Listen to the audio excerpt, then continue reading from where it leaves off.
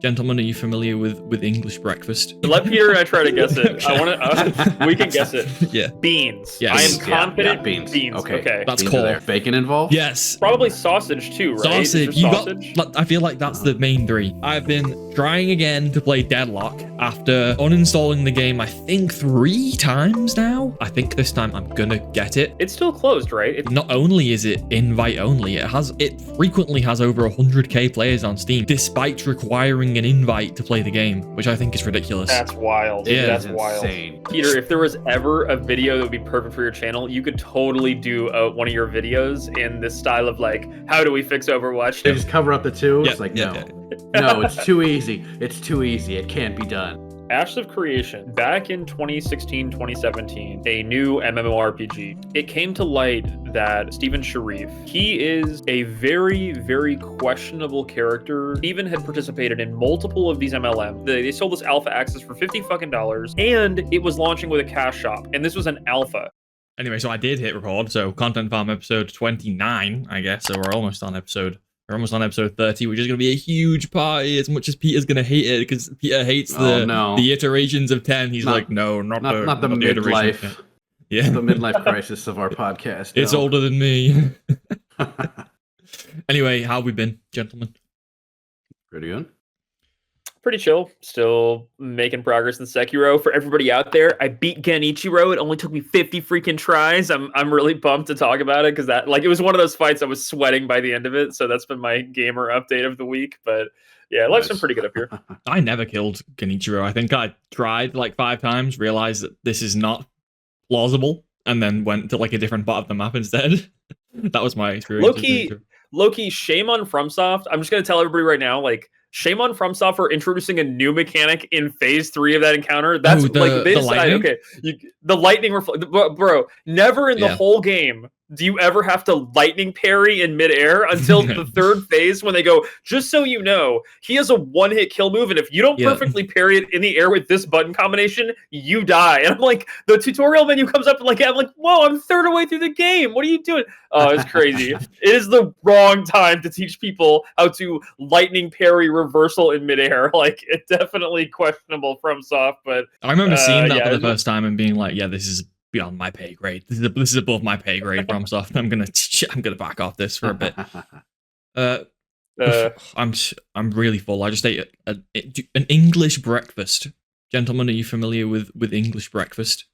As in food? Not entirely, no. What do you mean, try to not guess entirely? it. Peter, let Peter and I try to guess it. I want to. We can guess it. Yeah. I'm gonna go. I'm just gonna start listing things and tell me if it's a part of it. Okay. Well, okay. So I'll tell. So not every English breakfast is the same, but if you say one that's valid, then I'll say yes. Yeah. Beans. Yes. I am confident. Beans. Okay. That's beans core. That's core. We got necessary. beans. We got the easy one. Yeah. Okay. What else? You'd fucked already.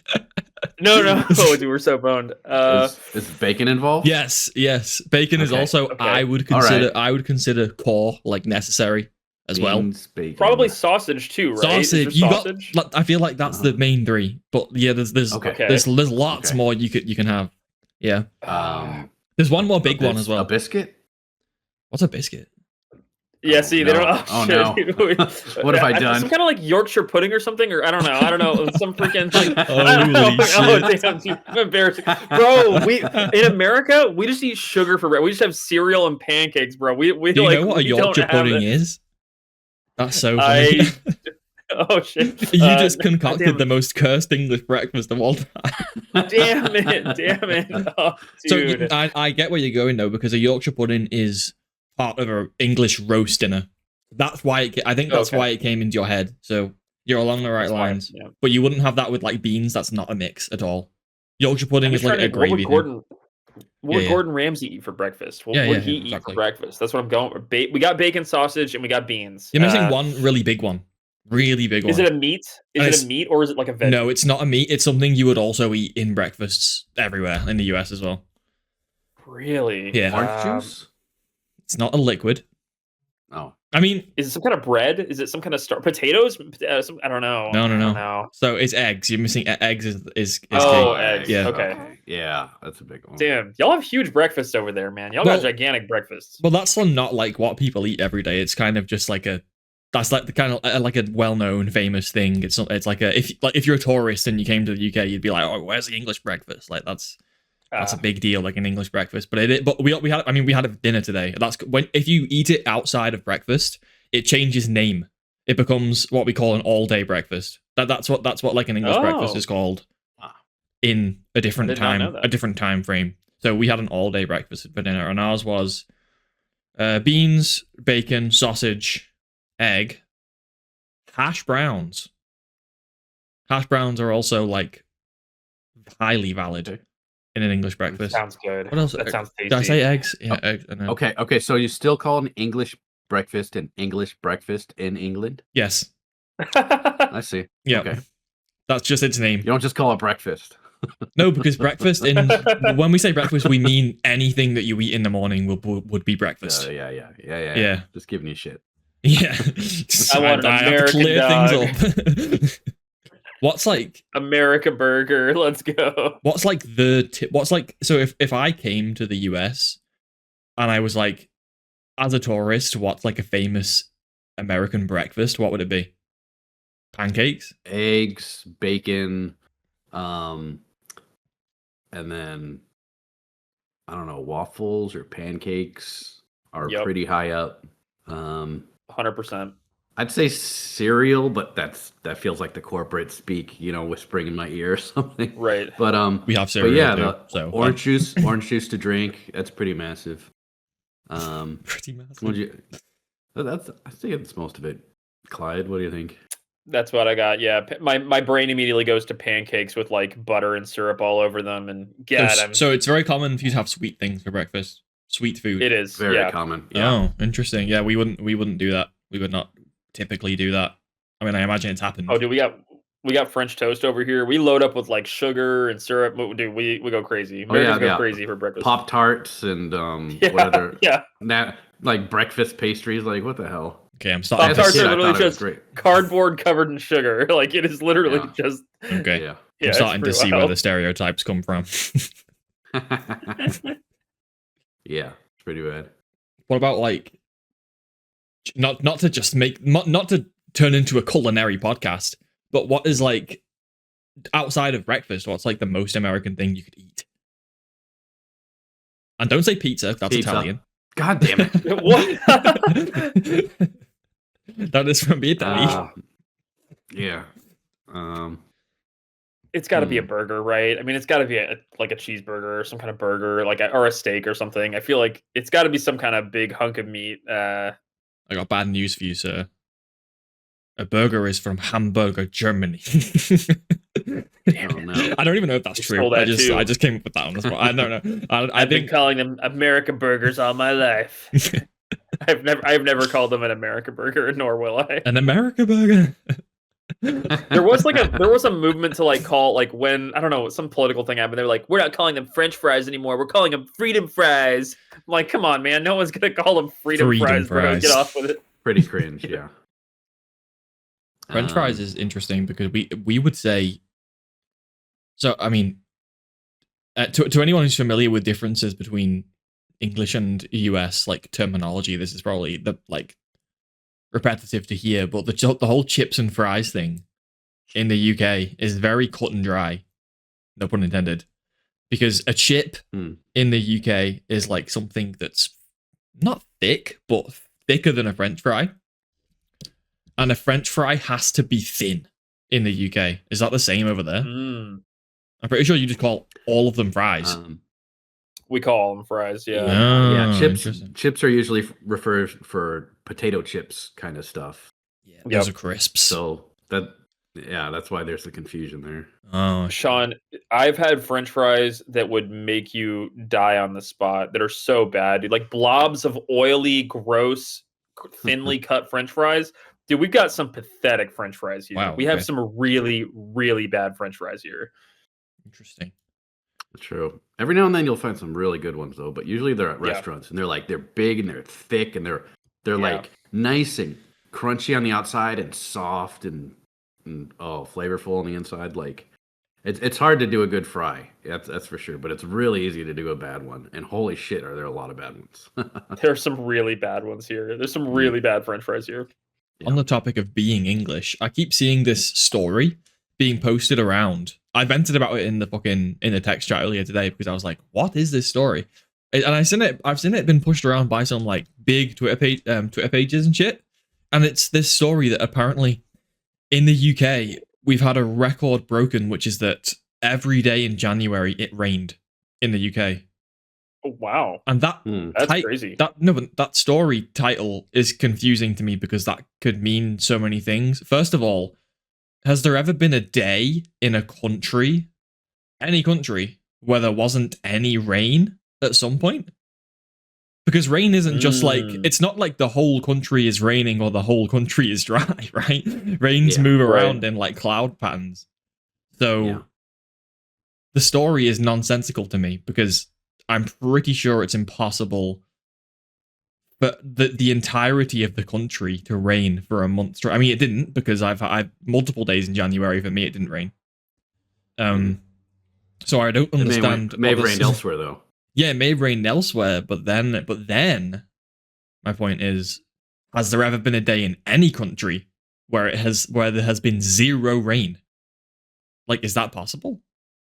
I genuinely don't know. The story just perplexed me because this, like, depending on how you read that sentence, that could mean like 5 different things. That was confusing to me. Everyone just wants to shit on British weather. Yeah, my gut tells me you. Yeah. Oh, go ahead, Sean. Go ahead. No. Sorry. Go ahead, Peter. I was just agreeing with him. Yeah, I feel like you have to look at like the volume of rain that falls. Like you can't just look at did it rain binary yes or no. Like that's one of the things that is the craziest stat going from Texas to Seattle. Like when we moved from Texas to Seattle, our average number of rainy days went up by like, I don't know, 20% or something, but the volume of water went up by like 60 or 70%. Like the amount of rain that's falling went up a lot. So yeah, I think you'd have to look at like just the volume of water that's actually coming down. But yeah, that's crazy. I don't know. Still, it does sound like I get fake news vibes from that as well, Sean. So you're right to be skeptical. Yeah, that sounds like. I think it has a lot to do with the size of the country. Like, there's some tiny countries, and if it doesn't rain, you're like, yeah, okay, that's likely. But then there's like massive countries where it's like it's always raining. Shut up, you know. Right? Yeah. Somewhere it is raining. Yeah. Like if it rained in one town so it's like the fallen tree in the forest. Does anyone know that it happened? It's like that paradox. If it rained in a spot in the UK where no one lived, then did it rain in the UK? Meteorologists would know. They would know, unless it was like, what if it was like a little sprinkle? Would they catch that shit? Exactly. I don't know. Like weather satellites, weather radar. It's pretty advanced. It is they can point out where it's gonna rain like before it rains. Pretty well. Like weather technology is actually kind of insane. It's pretty good. Yeah. Those are some smart people. Anyway, Clyde, you said yesterday you were out doing some political action. Is that what you were talking about before, or is this separate?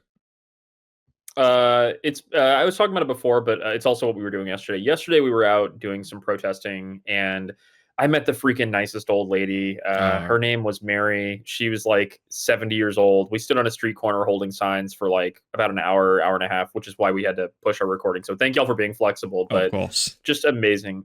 She was just so lovely. She was telling me about her grandkids, and she was just telling me about like how she's been politically active since like the 70s.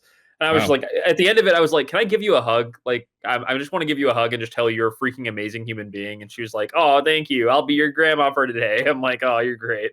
She's just really adorable old lady. But yeah, for anyone who hasn't protested or been out and been politically active, it's amazing. Like, it's a good time. It's good to meet people that care about the future of the country, that are, fighting for human dignity, democratic principles, and it's just nice to like be around a lot of people who care. It's honestly like therapy, standing around with them, chanting or singing or shouting with them, hugging them. It is like therapy for us. And later today we're going to an overpass where we hold up signs and like cars go by and honk. So we're very politically active at this point. Yeah.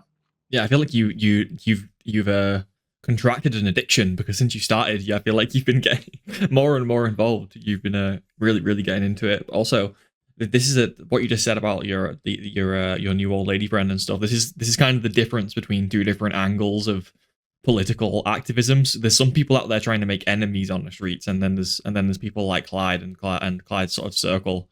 Maybe it's Seattle in general who are out there trying to make friends on the street instead. And I think that's generally more wholesome, to be honest, rather than spreading hate. Doubt. I've had to go feral on people. Like every now and then a car drive by with someone. Oh no, I'll tell you. Okay, if a car drives by and they want to curse at me, that's fine. I'm a relatively young man. I can take it. I'm fine with them cursing at me. But if I see people like yelling at old ladies, I'm like, no, I'm not cool with that. I get in front of the old lady. I'm like, you are not going to curse this adorable old lady out.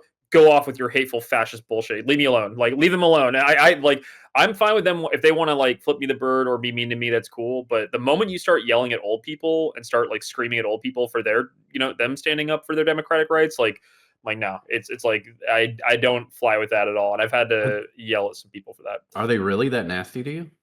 Wow. Yeah, some people are. I mean, some people are like, they're just like, it ranges from like people flipping the bird or people yelling, go get a job. I had one guy who just like one car drove by and just shouted over and over again, go unalive yourselves. He didn't say that. He said he said the other thing, but he just kept shouting that over and over. But to your point, Peter, 99% of people are extremely positive. We get people of all backgrounds, all ethnicities, all age demographics that come by and they stand with us and they give us hugs, they give us high fives, they give us positive signs. Oh, I want to tell y'all, this is like really random, but I want to make this like, I want to tell you about a really human moment that happened a couple of days ago. Yes, please. So 2 or 3 nights ago, my partner and I, Taylor, we went to pick up Mexican food from a local Mexican restaurant.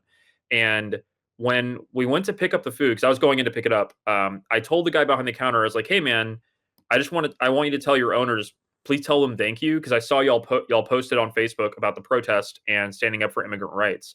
And when I told him this, I said, tell the owners thank you. He got super emotional. He looked at me and he was like, dude, I'm Ecuadorian. My wife and I live in constant fear that we're going to be grabbed or put somewhere or taken away without any kind of process or rights.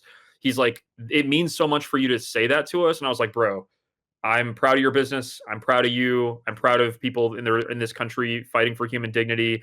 And like, I just had this really human moment with this random guy who worked at this, Mexican restaurant. He was just like, dude, we live in fear that based on the color of our skin, based on the way we talk.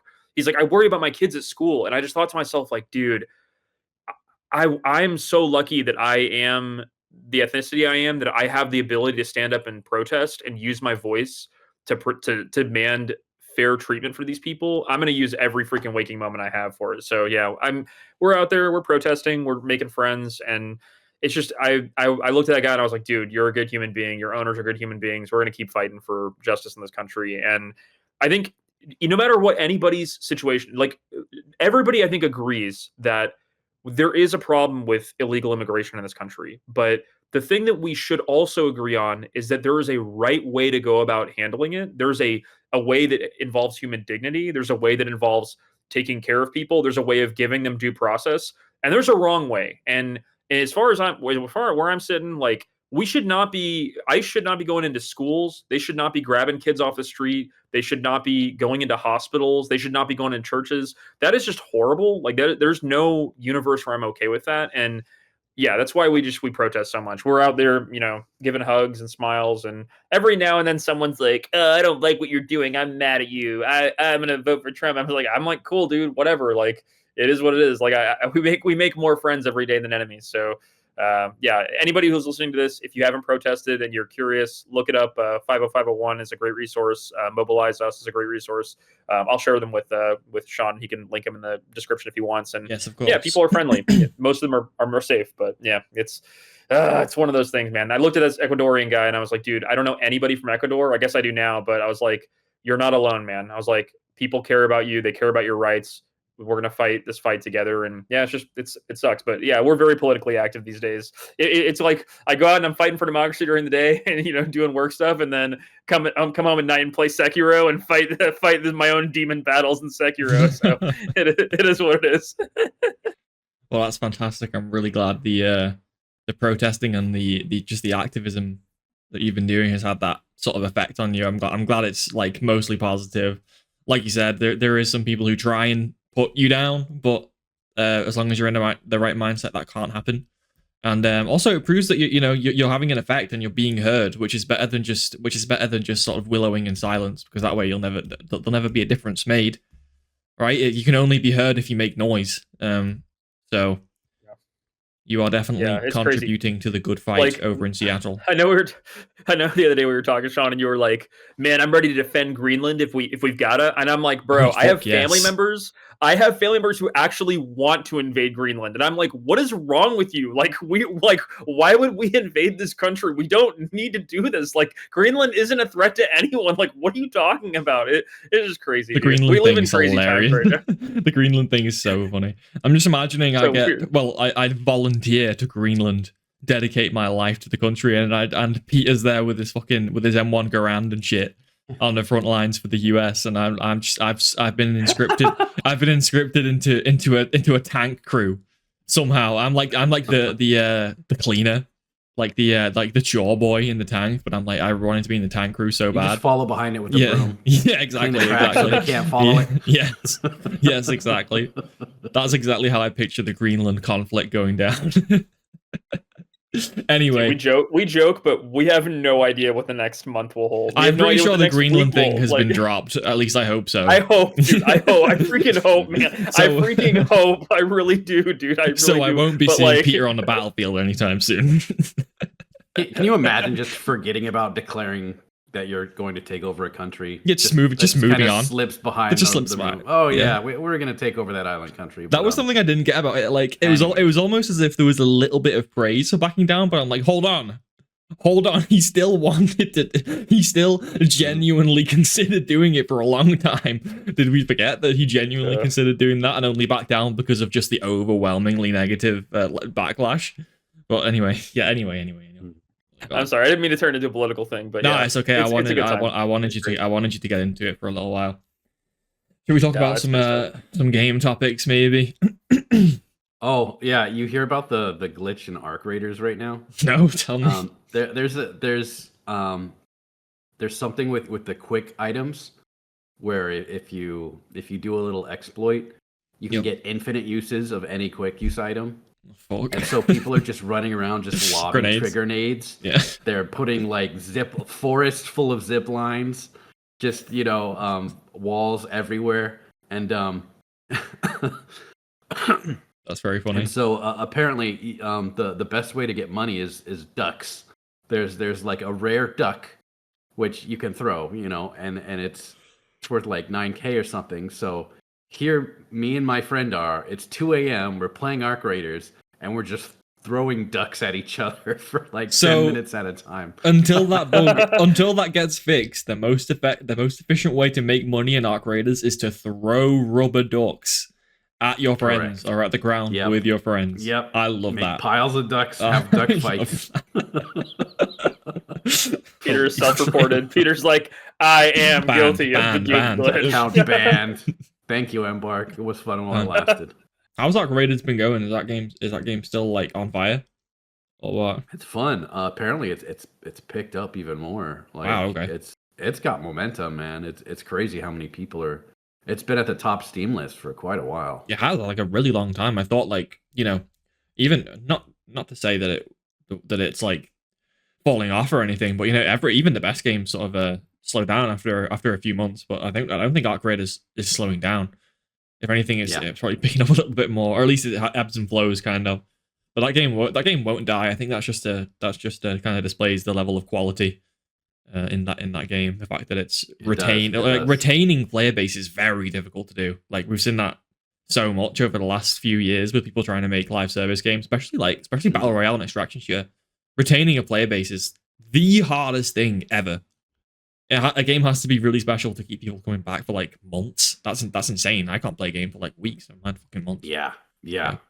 And that's Smash cut to High Guard. No, High Guard's player. Like no, definitely don't want to do that. But High Guard being the perfect example of the other end of the spectrum. A game that has nothing. Yeah. But on speaking of like live service newish games, I have tried again. Like I'm trying again presently. Not like right now behind the scenes while we're recording. Right now? No, No. Come on, get into it. Come on. Okay. Sean, please pay attention. I've been trying again to play Deadlock after uninstalling the game, I think 3 times now.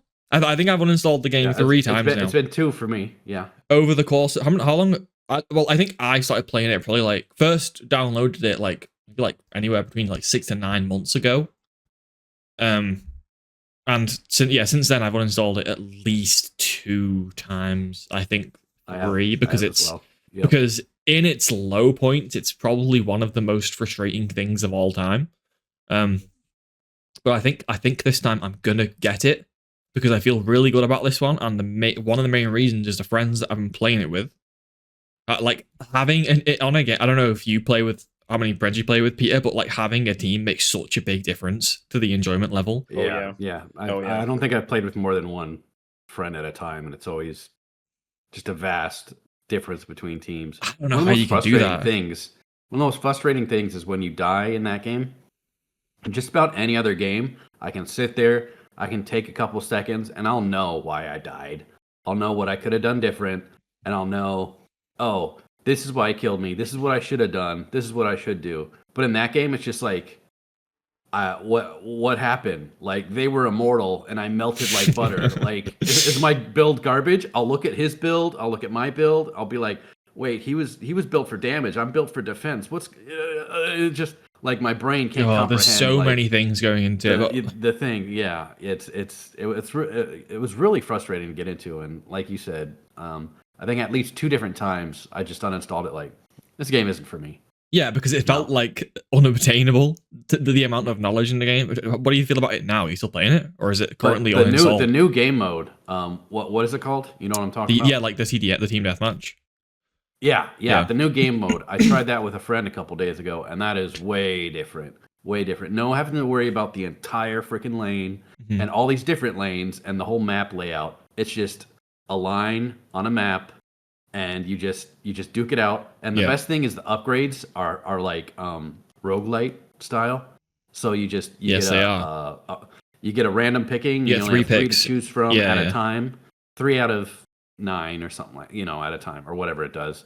And then that makes it far more streamlined. Like, I feel like I have more control over what I'm picking, and which is weird because it's random, but it feels like more constrained. No, it does feel, I know what you mean. It does. I think it's because the items you get are like end game items, but it does feel like you get the items you want like quite quickly in terms of power. Yeah. And I feel like I'm not fighting someone who's just running like a broken ass build because they're just going against the same dice I am. So it felt much better. Like, I don't know if it's like, oh, this is my game now, but it definitely went from a game that like I kind of hesitate to play with friends to it's like, yeah, okay, I'll play a bit, Yeah, I haven't played very much. I've only been playing it for like 3 or maybe longer, like 3 or 4 days, but like every day just to try and like this time since reinstalling it. I mean, I haven't played that new game mode very much. I think I still prefer the classic game mode though, just because it's kind of the way the game's intended to be played. And I've had a few good games on it recently, which has given me faith that I might like.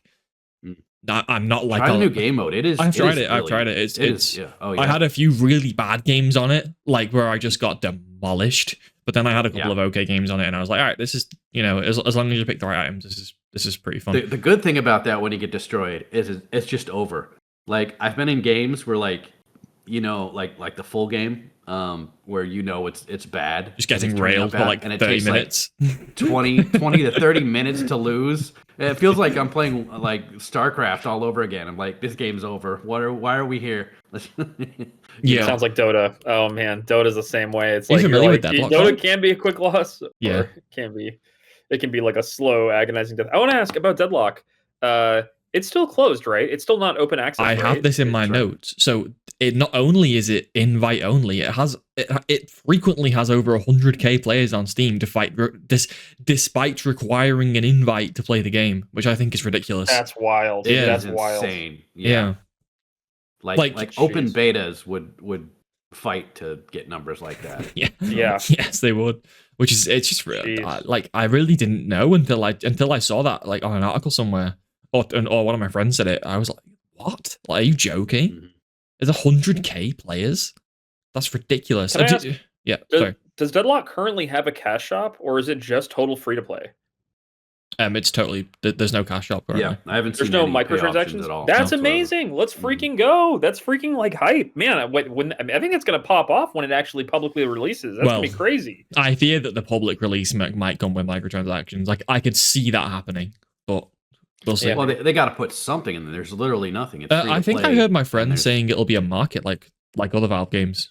I'm pretty sure that's the direction it'll go in, which is better, in my opinion, is better than just one-time purchases and battle pass and shit. I would rather have a market, just because a market is at least somewhat like interesting and makes for like interesting content. Yeah. Wouldn't be surprised if they just throw in something like TF2 had. In there. Yeah. With like crates and keys and, like you said, markets. And Dota 2 is the same way. It's like it's got some randomized loot, but you can also resell. It's got its own market as well. Do you know fully like what Deadlock is, Clyde? Who played it?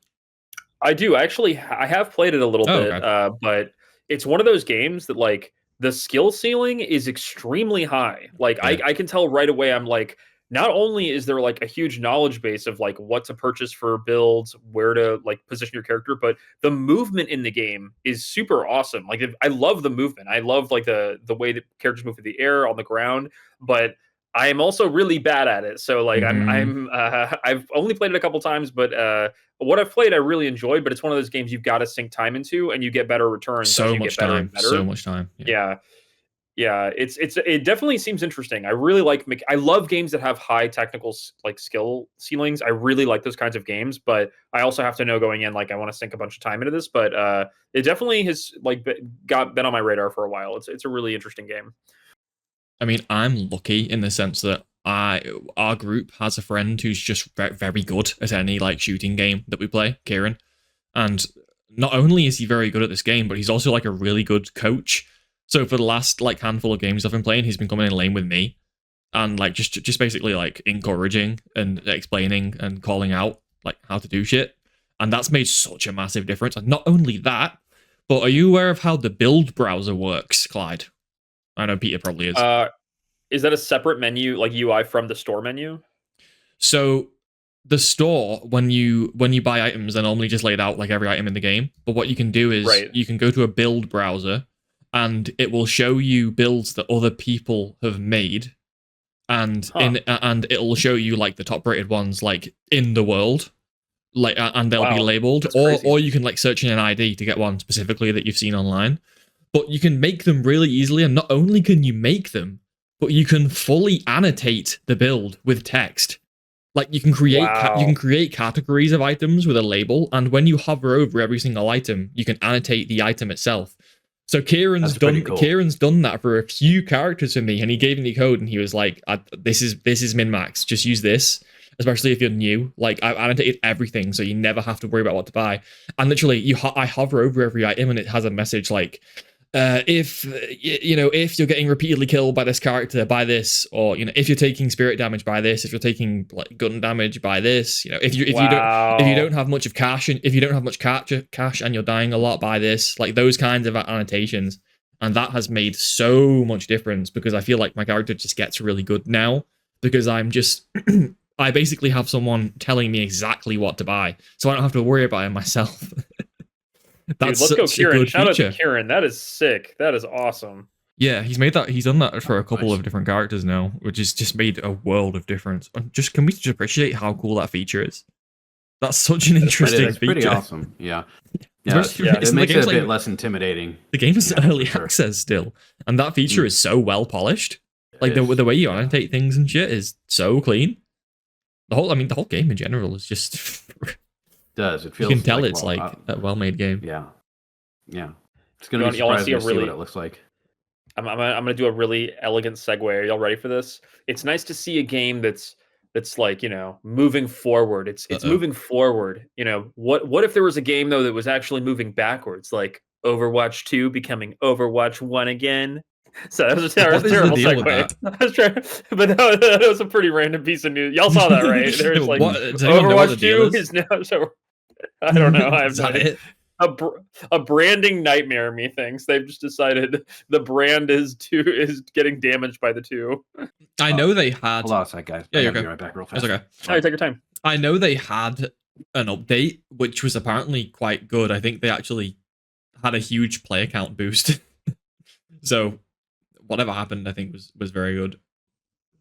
That's awesome. Yeah, I mean, I think it's so funny they made this like big huzzah about like we're gonna relaunch. It's gonna have a 2 now, and it's a new game, and it's totally new, and it's so funny they've had to like roll that branding back to just go back to the original. I think there's something interesting about that. It's interesting and it's very funny, but I think the reception has been very positive. I think they said they're taking on a new direction for the game, and the direction that they said they're taking on for the game was kind of how they described Overwatch 2 before they changed their minds and made Overwatch 2 like completely I don't know if you remember, but Overwatch 2 was supposed to have a single player. Do you remember that? Right, yeah.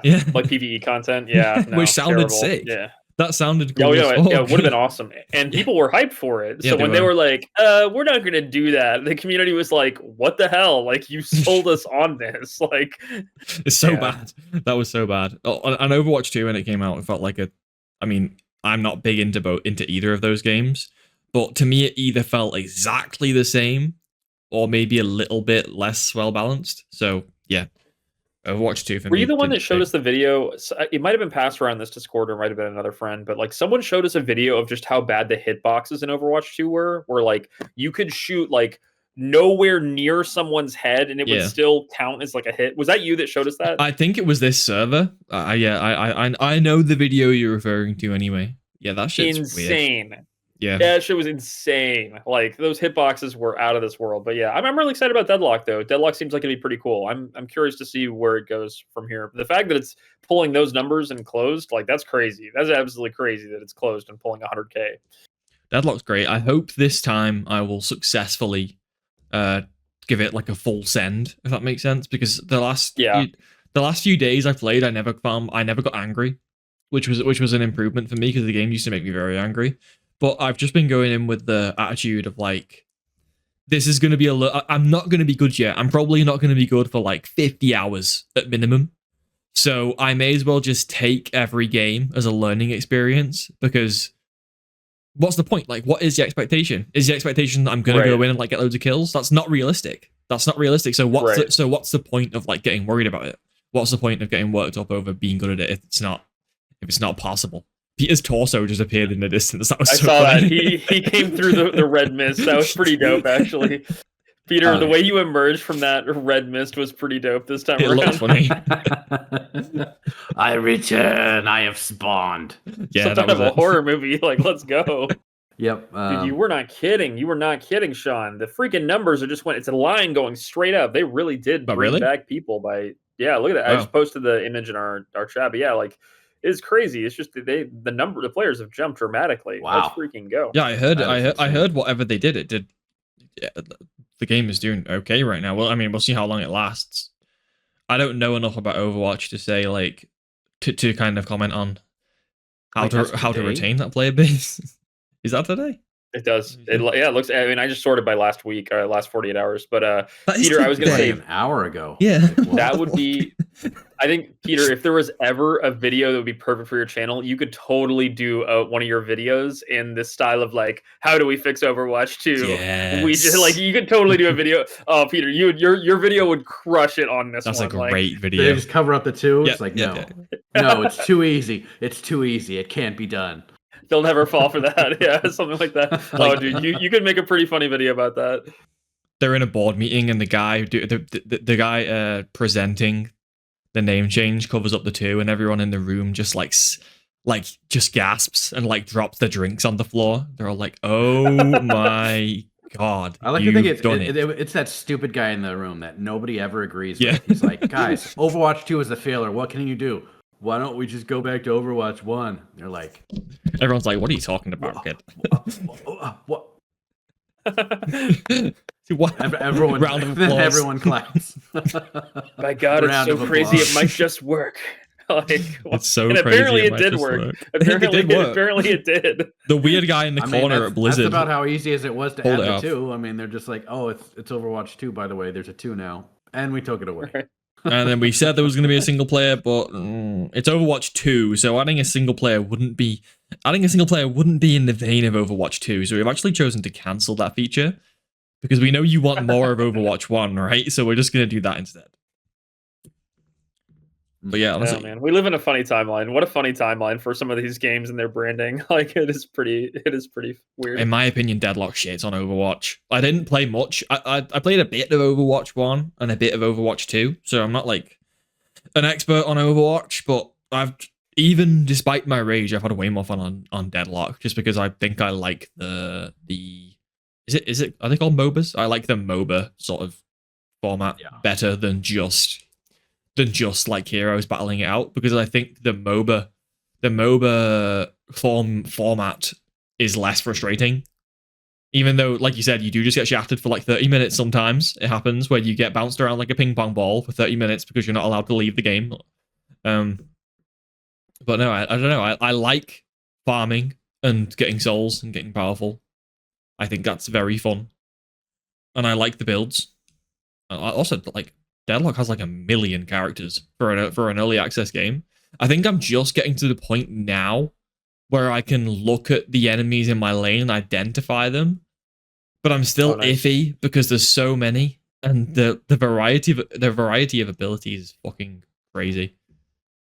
Yeah, you gotta, once you get those memorization of all the characters' abilities on lockdown, that's when everything kind of snaps, because you know what to expect now. Yes, you do. You know what not to step in. Like, don't step on the big glowy line. That's bad, apparently. I don't step on the big. Fuck the big glowy line. Fuck the glowy line. I hate the glowy line. That glowy line. Even though it looks so obviously bad, but I've walked into it still so many times. Just because I wanted to push. It just looks like the effect when like you like crack the earth, and it just looks like some neat effect on the ground. It doesn't look like it's gonna CC me when I touch it. So bunch of crap like that. But yeah, how many heroes are there currently in it? I'm trying to picture the character correct screen. Is it like 20? No, like at least 30. Oh wow, I'd say. I can't remember off the top of my head. I just remember thinking it was kind of overwhelming. It's a good amount. Yeah, that's a pretty good amount for a closed access beta. I mean, that's crazy. That's a lot of characters. No, they've got massive variety. Like there's so many melee only characters. I don't know if there's any melee only characters, but built around melee characters. I think everyone has some sort of like gun just everyone to shoot has minions some sort with. Of gun. Yeah, it's kind of Overwatch-ish, where like most characters have some sort of ranged. Yeah, there's a big variety of characters, like different sizes and shapes and shit as well. Sort of like Overwatch, like there's a lot of like big fat people, and there's a lot of. Have you seen Rem, the new character, Peter, who's like a little weird sleep demon? That character's kind of cute and funny. Yeah. Annoying to fight against, so really annoying to fight against. He like buffs the minions. He buffs the minions so they're like invincible. It's really fucking he's a nasty little guy. Yeah, and have you tried Rivals at all? Marvel Rivals? Yeah. No, have I played it? Yes, not recently. Mm-hmm. Oh, okay. Why is that like? But yeah, that's something that I would say is better than Overwatch. Like you say, Deadlock's better. I think. But also, if you like the MOBA stuff, it's not. No, it's not. There's like no MOBA stuff on it, so it's just basically like a better Overwatch in just about any way. That was my impression of Marvel Rivals. Yeah. Surprisingly good for a franchise, like a movie game, like game. What would you call it? Like it is like a franchise game. Yeah, considering that it's not like it's not already a franchise of games. It's not based off a movie, so we're not in that territory. No. But I'd call it like I guess a franchise, or like technically it's like a comic book game. I guess it's a comic book game, yeah. Yeah. But on the topic of Marvel Rivals, did you see that really funny drama that kind of in the vein of like a Pirate Software situation? It blew up way out of proportion. Way out of proportion in terms of what actually happened. It was like viral that I was seeing it like on Twitter and on Reddit and shit, and I was like, what the fuck is this? I think that going crazy about this. Like I don't know if it's NFL commented on it as well or something like that. What the fuck? What the fuck? Yeah, that ridiculous. Was wild, man. Like what?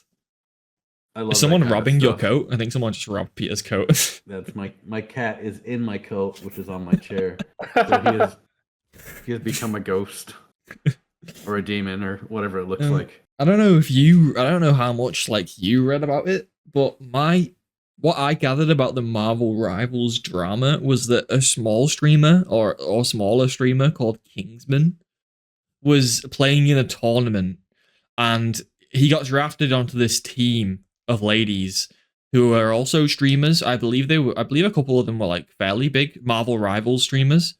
And it was a tournament for $40,000, I believe. But it was money, yeah. But still, even then, I don't know if it was the most serious tournament of all time, because I think it was it content creators. So yeah, it was all content creators. I think, yeah. And basically what happened was this Kingsman guy is a massive sweat. Like I watched some of his some of his own content after the drama. So, you know, he got the fucking clicks from me, I guess. But like, and he's amazing at Marvel Rivals. I don't watch much Marvel Rivals. He's correct. He is like every single game, he's just constantly killing people, which is so unbelievable to see in Marvel Rivals, because that's something that was so hard for me to do. But he is just killing and killing and killing. I think he played Magic. Is that her name? Magic, the lady with the big sword? I think he played that character in like all the videos I watched, and he is killing people like every 5 seconds. Like he's unbelievable at Marvel Rivals. Mm-hmm. And basically the gist is that the people on his team were just kind of throwing. They were performing worse than him, which is okay, because you know he's like unrealistically good at the game. So it's fair that the people on his team weren't going to be as good. He didn't have an issue with that. I don't think anyone had an issue with that.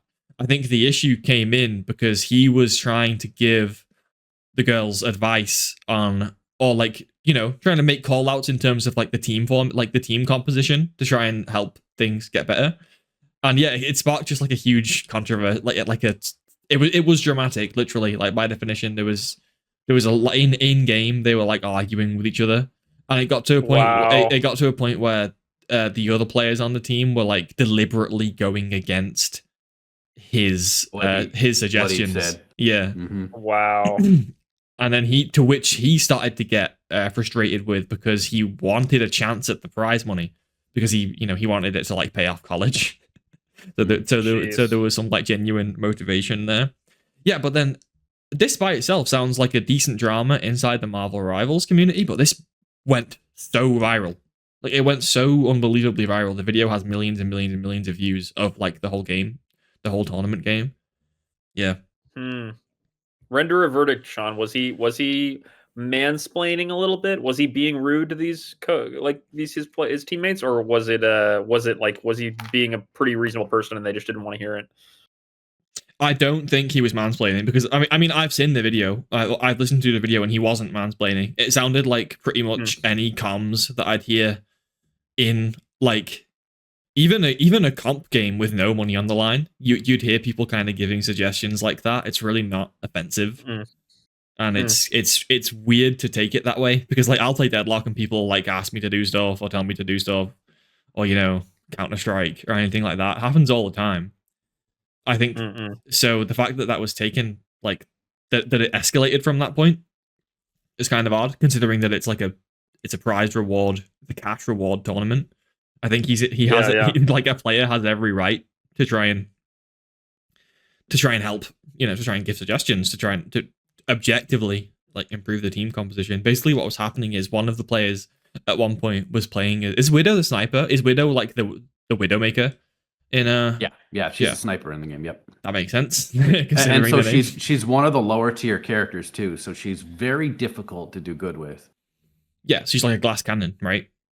And that's why she's prone to like characters that can sneak behind the back and deal damage, which is dive characters, if I understand Marvel Rivals correctly. And what was happening is the girl playing Widow was constantly being dived, like flanked at the back by like Spider-Man and Venom and shit. And I think in one game had like 0 kills and like 7 deaths. 8 deaths. Yep. Yeah, 0 kills and 8 deaths. Yeah, and he was like, stop. Widow isn't working. You're gonna need to switch off Widow.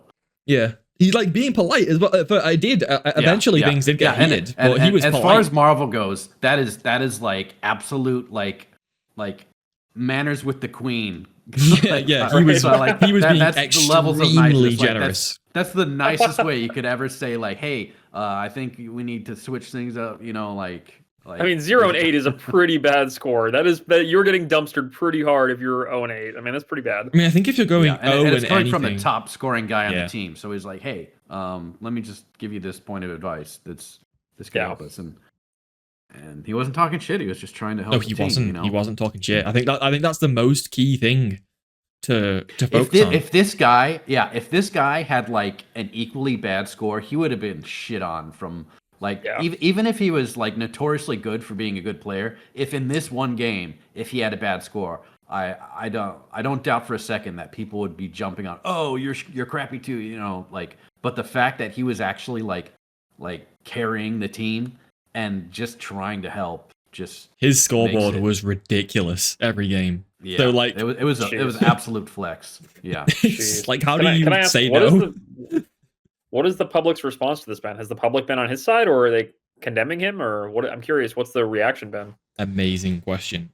The public reaction has been entirely on his side, to the point that some of the streamers who on his team lost sponsors because the drama was so hot, and because they were getting bashed so much, they faced actual like financial consequences because it was being taken that being taken that seriously. It went that bad. Do I think that's overkill? Maybe. Yes. To be honest, probably yes. Because I just don't think one game or a few games of Marvel Rivals is enough to like make a judgment over you want a streamer as a sponsor or not. But anyway, I'm not a businessman, so this, and I'm also not a Twitch streamer, so who's to say? Maybe they really, really, really want to avoid that kind of heat, but they're streamers with views, and stuff like this happens.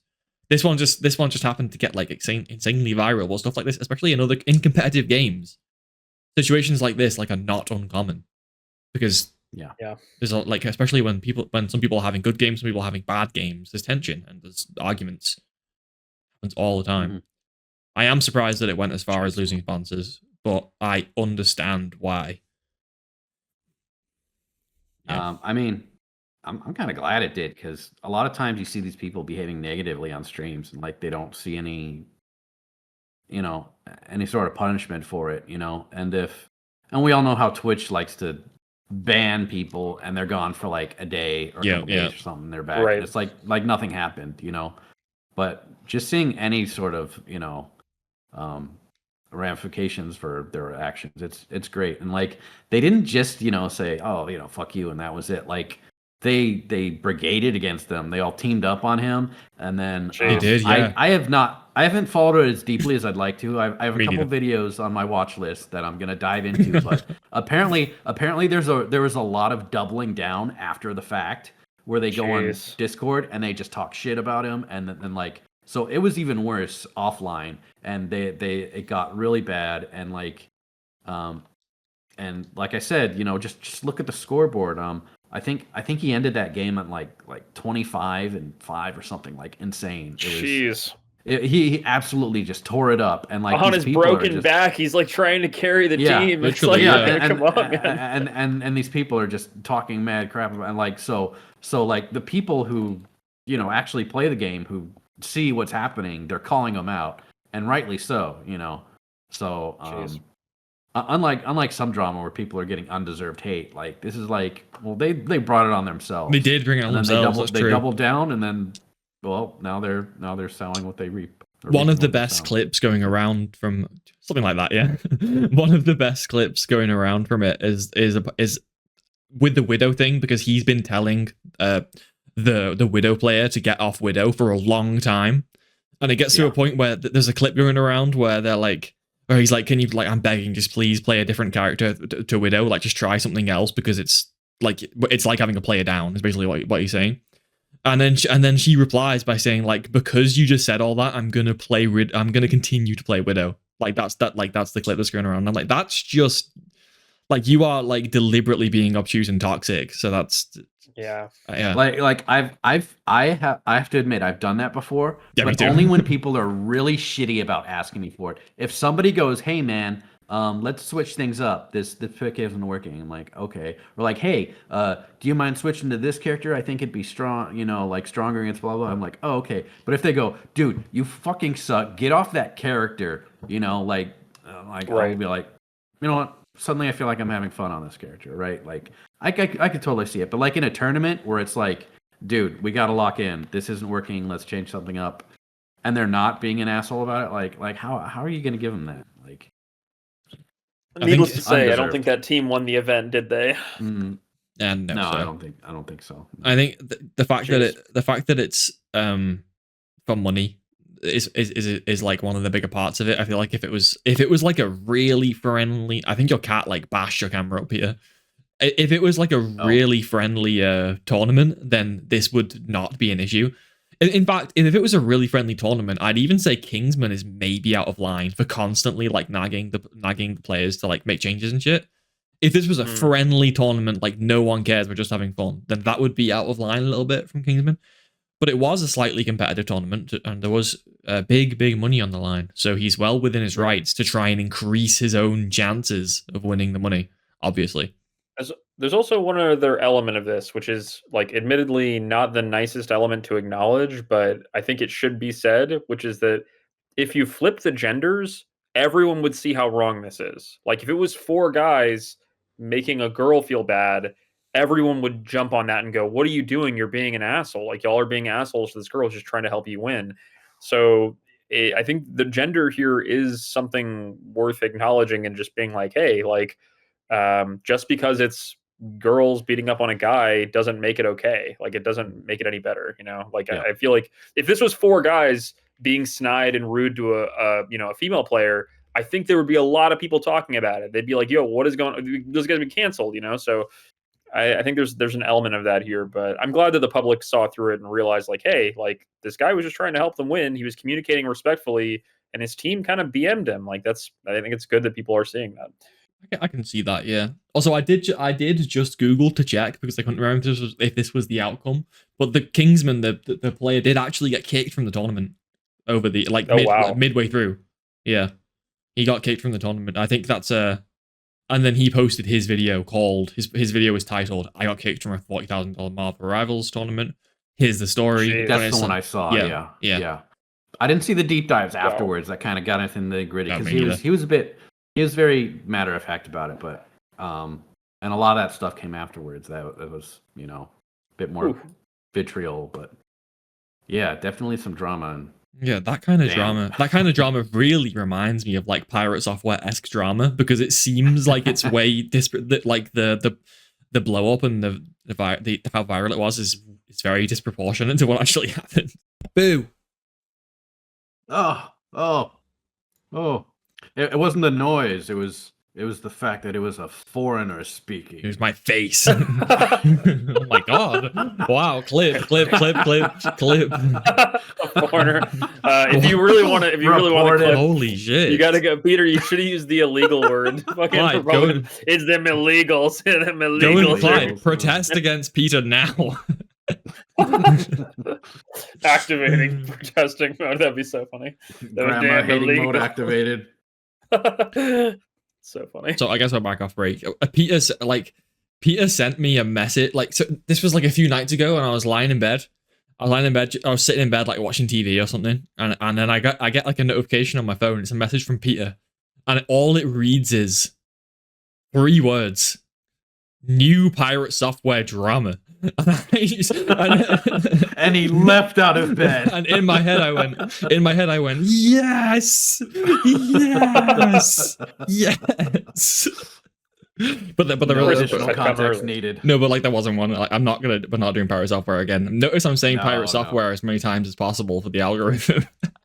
Yeah, it's kind of. I don't think we should ever. Yeah. Kind of become a running joke now. Pirate software for any sort of algorithm. No, not pirate software. No, we don't. No, we might as well be talking about PewDiePie or Mr. Beast. Yeah. Yeah. Right. Or Donald Trump. Wait, no, wrong algorithm. Oh, there goes the algorithm. Wrong algorithm. No. Thanks, bro. Wrong algorithm. Oh no. Anyway, yeah, I only say that because the Marvel Rivals stuff did remind me of it, just because like the Marvel Rivals like has so many breakdowns with so many views, and what makes me laugh about Pirate Software was that the dramas were already funny, but like the amount of views they would get made it progressively more funny the more views they had, because I'm like so many people are watching this, that's hilarious. Like you'd see a video that was like an hour-long breakdown of him cheating at that stupid puzzle game, and it would have like 1 million views. Yeah. Like most of these people don't care about the game or don't even care about like anything else. They just want to see Pirate Software do something funny. Channels of creators who like pages of videos on Pirate Software. Yeah, it was hilarious. Okay, we said the name a lot of times. We're in there, boys. We're in there. We farming that drama. It's in. There's the weekly Pirate Software mention. But actually, I'm not done, because this is a segue. One of the funny Pirate Software controversies is the one where he pulls an ad in Ashes of Creation, and the ad that he pulls wipes the whole team. So for like an hour, he tries to blame some guy, or he's like everyone. Clip the VOD. We need to see who did this. like, we need to see who did this right now. And he's getting so patronizing. He's like, guys, whoever did this, you're seriously just wasting everyone's time. You pulled an ad. It killed the whole group. It's your fault. Now own up. Take some responsibility. Just tell me who did it now. And then people reviewed the fucking VOD, and it turned out it was him. Ashes of Creation, for anyone who doesn't know, the story goes that back in 2016, 2017, this project was kickstarted as like a new MMORPG, and it was going to be a dynamic world. They really sold players on this idea of like a dynamic world where no two servers would be alike. You know, one server would have a city there, but another server would have a forest there. And they really talked about a lot of these really intricate dynamic systems that would make every world different and every world special.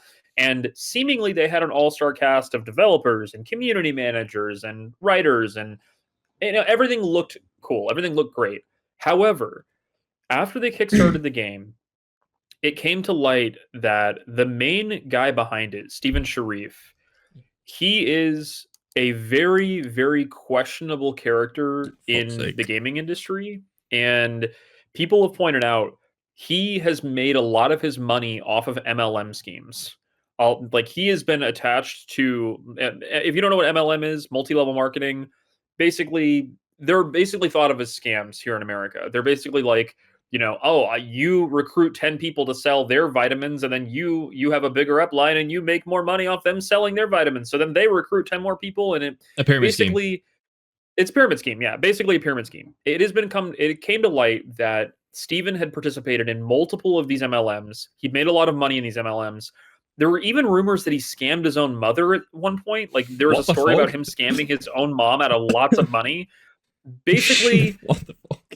People pointed this out, and they were like, hey, don't think you should invest in it. And it also didn't help. Ashes of Creation also had a recruitment system as well that was like, if you recruit enough players, you won't even pay for your subscription. You'll be getting, making money off them. So people were quick to point out like, hey, this guy's been involved in some not great stuff. Maybe we should wait and see. And of course, the MMORPG community, I mean, Peter will say this as well.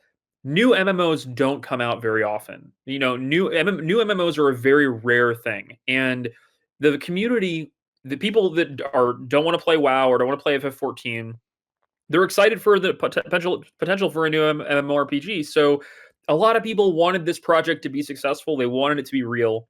But years came and went. After that 2017 Kickstarter, and they raised millions of dollars, years and years came and went.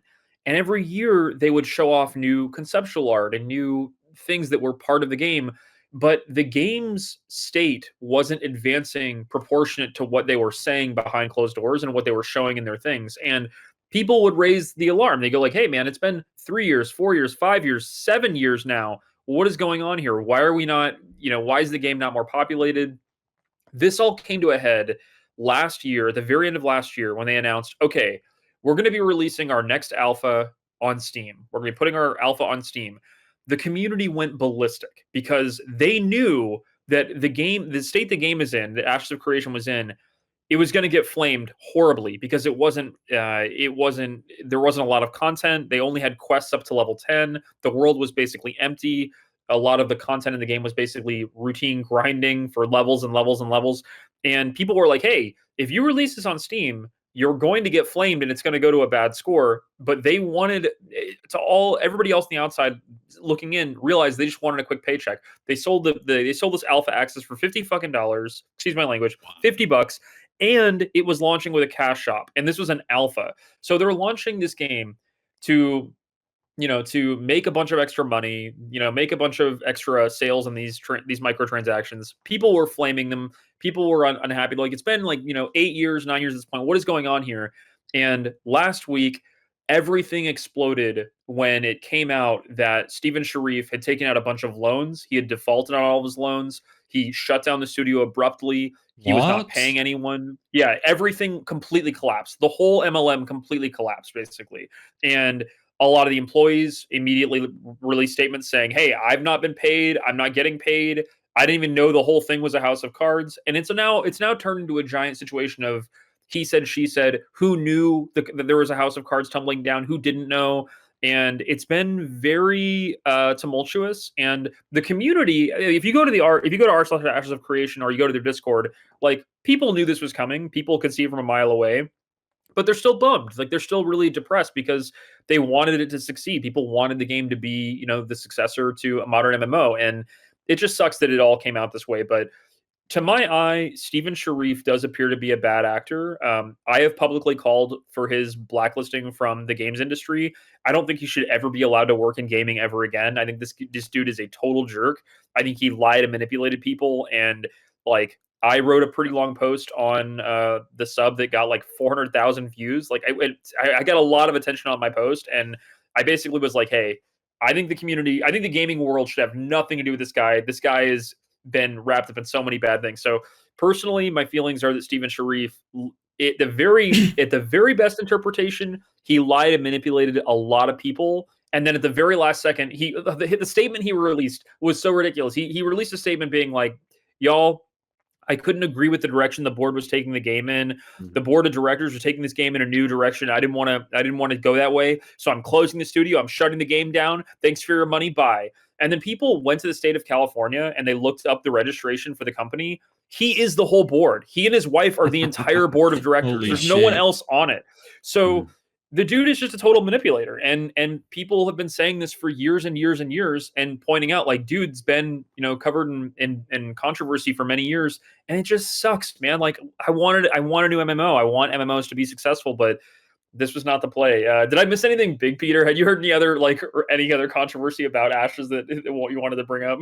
No, you covered all of it, especially that tweet too. I mean, that was ridiculous. That even after what everyone knows, he's trying to, just brush it off like it isn't his fault.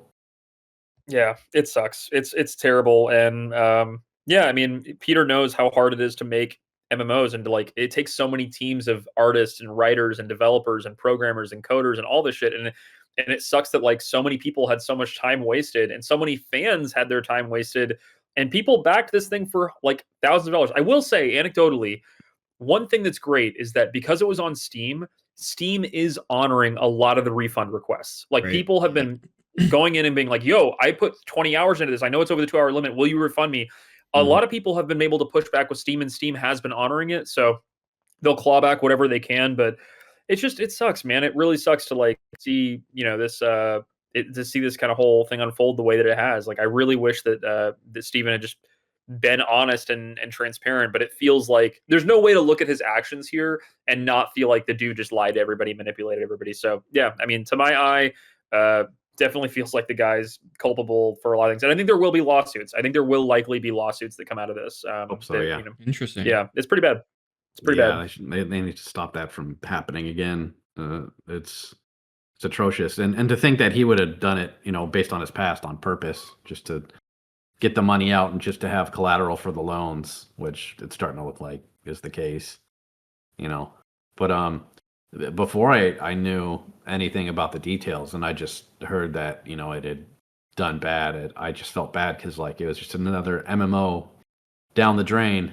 And like you said, It's very rare that MMOs pop out. It's a very, very sparse genre because it takes so much time to create, right?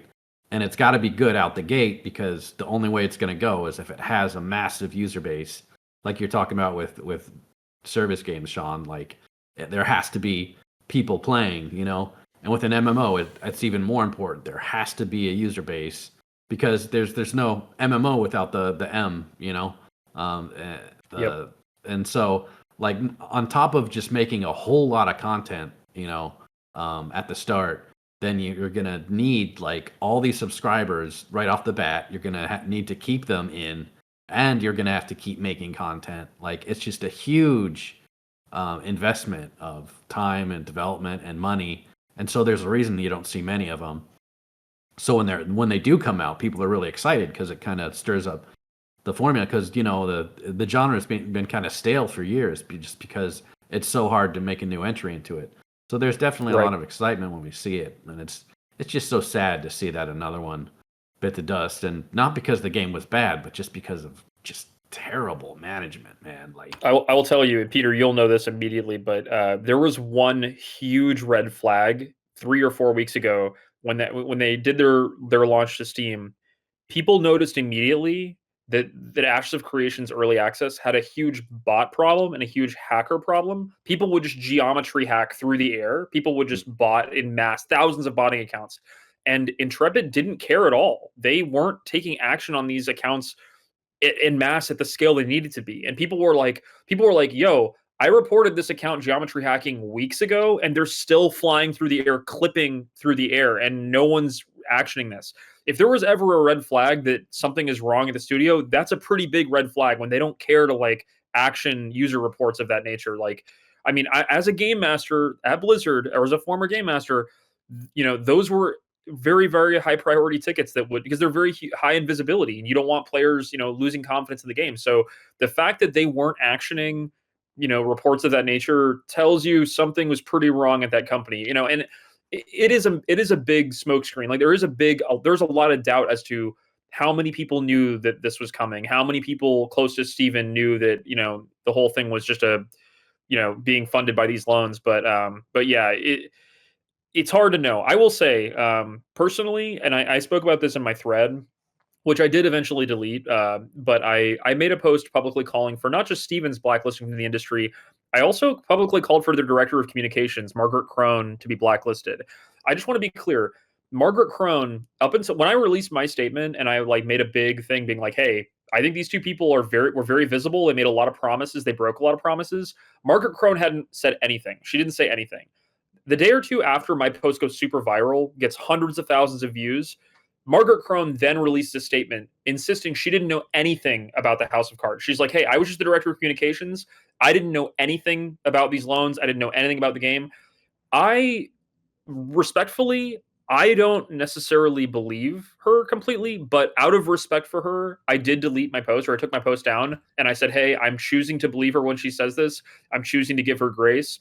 But I just asked myself, like, how could the director of communications, who touches every team at that company, they talk to developers, they talk to financiers, they talk to their support staff, they talk to Steven, how could you not know something was wrong? Like, how could you not know? So I have a lot of question marks about Margaret, but I didn't want to call for a witch hunt, so I did take my post down, and I did say, like, hey, please treat people with respect. I think Steven clearly deserves a flogging. I think he's done some bad stuff here, but I have asked the people in my circles, like, hey, don't pile on and don't dox anybody, but like, I don't know. It seems pretty weird to me. Like, these companies are huge. The MMOs take a lot of people, and when you're that high up the chain, when you're a founding member of the team, you talk to everybody. And the idea that you knew nothing was amiss, the idea that you knew nothing was off the rails here is I'm a little bit skeptical, but I'm choosing to believe her, and I'm choosing to respect her. So I've upvoted her statement, and I've commented on it publicly, but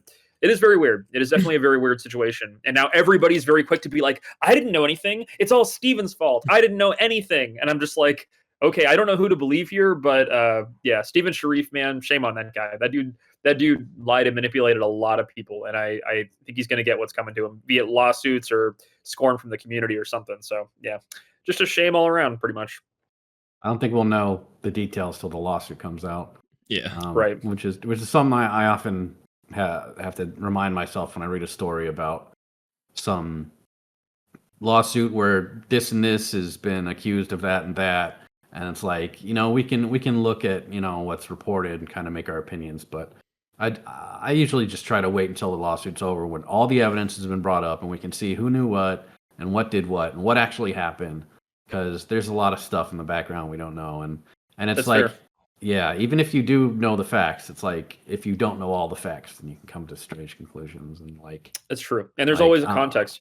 Yeah. No, that's very reasonable of you. And I think, Peter, you've got the right mind to withhold judgment. I will say this isn't the first lawsuit that was filed against Intrepid. A couple of years ago, some of their own employees were like, "Hey, you're not paying out health insurance. What's going on here?" And the state of California actually had a lawsuit with them too. Wow, they're really checking every box for like scummy company. They really did check every box for scummy company. And of course, Steven came out and was like, "Oh, that was just a miscalculation. We're totally going to take care of it." But whispers continue to come out. I mean, like, yeah, it's just very weird. There's a lot of smoke here. My dad always says, where there's smoke, there's fire, and there's a lot of smoke on Intrepid, and there's a lot of smoke on Steven. So I think Peter's got the right of it. We'll withhold all our full judgment until the lawsuits happen. But man, oh man, going to be a wild ride to see where it all ends up. But dang, dude, I just want a new MMO. I want a freaking new MMORPG. Come on, MMOs. I hear you, man. Yeah. It's been so long till we had some fresh blood in the game. Last one to try was Amazon, and they just proved that you can't just throw money at it. You have to have a good product. It can't just be well funded, right? I mean, before you move on, just really quickly before you move on to getting more into MMOs, I just have a few questions, because that was like, first of all, thanks for the great explanation, but I had no idea about any of that stuff. So you said the studio shut down. I'm assuming the game's still running, because you said Steam are offering refunds, so the game's like up and playable? The Steam is no longer selling the game. Steam removed their, you can no longer purchase it because they saw that everything was imploding, and Steam was like, we don't want to have to issue a refund. So Steam pulled their ability to do it. I don't know if the servers are still currently up as of this moment. That would be an interesting question, but I mean, if they are, it's only running on Skeleton Crew or a matter of time before it's offline. Yeah. Second of all, when you mentioned the Steam release, you said that the player base was skeptical about the Steam release. I didn't really understand that. Why were people skeptical about the Steam release? Because it's exactly like Peter said, which is that releasing on Steam, you only get to release on Steam once. You don't get multiple releases. Mm-hmm. And they knew, the people that were playing the alpha knew the game was in a really crappy state. And they told Intrepid, hey, if you release on Steam right now, your game will hit mostly negative. Your game will just immediately get negative reviews. You're going to shoot yourself in the foot just for a quick buck. Don't do this. And Intrepid basically said, we don't really care. We want the quick paycheck. We're releasing it on Steam right now. And their community was like, why are you doing this? And of course, that exactly what those people said. It came to fruition. In the first week, the game hit mostly negative on Steam. People were very critical of it. They were like, why is this game $50 with no content and a cash shop? What is going on here? People were extremely hostile. And yeah, there were elements of I don't want to paint the whole thing as a total, train wreck. There were elements of the game that were good. Parts of the combat felt well thought out and well fleshed out. There were some classes that felt fun to play. But the game, it was way premature for a Steam release, and it was clear they wanted that Steam money really quickly, and it was going to cost them their reputation. But like Peter said, once you lose your reputation, you can't get them massively back. And they were willing to lose their massively just for a quick paycheck and a quick buck. And yeah, the community was not happy about it. I see. Thank you for clearing that up. But yeah, in terms of massive MMO games, what is it? You said Amazon tried. What was the name of Amazon's one? Is it New Earth? What was it? New World. New World. Yeah. I remember hearing about that for a week. Right. Was that just they had the money for the marketing, so they just hammered, the ads, and they had a bunch of streamers playing it and stuff and saying, "Oh, wow, look at this game. It's so cool." All the sponsored and bullshit. So they definitely had the visibility for it. It just goes to show, even if you have, like I said, the budget to make it, even if you have the money to do this huge marketing blitz, you can get eyes on it. But if it's just not worth playing, then it's just going to fizzle out. And if nobody's playing your MMO, it's no longer an MMO. No, it's a single player online game. Yep. Yeah. Well, any others? I can't think of any. The only ones I know of are Final Fantasy 14, obviously World of Warcraft, but that's not new in any way. There's RuneScape, New World. Apparently, the older version of RuneScape is more popular now than the new one. So that just goes to show off. It's freaking popping off. Yeah. Even if you try to make a new version of an old game, Yeah. And going back to that, World of Warcraft, their classic versions are doing numbers. They just released older ones, and so people are so hungry for MMOs. They're hungry for older versions of current MMOs. Yeah. Like that's just where it's at. That's insane. Like a market potential.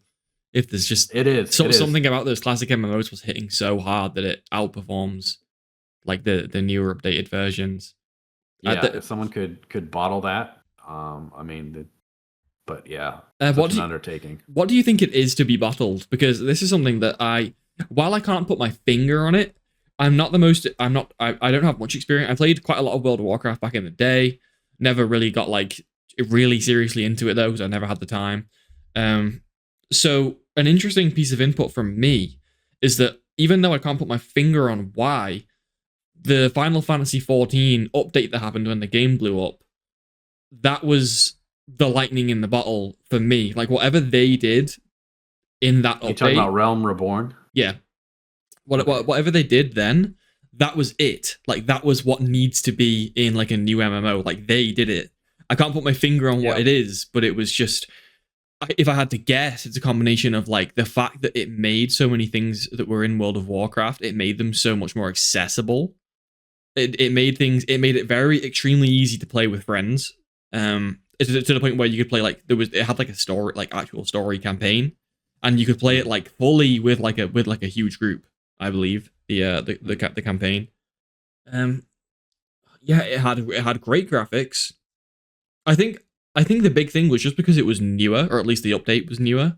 There was so much more. What's the term I'm looking for? Where something is like easy to use, like a accessibility, ease of use, just like easy things were easy to pick up, easy to understand. I think for me, learning curve.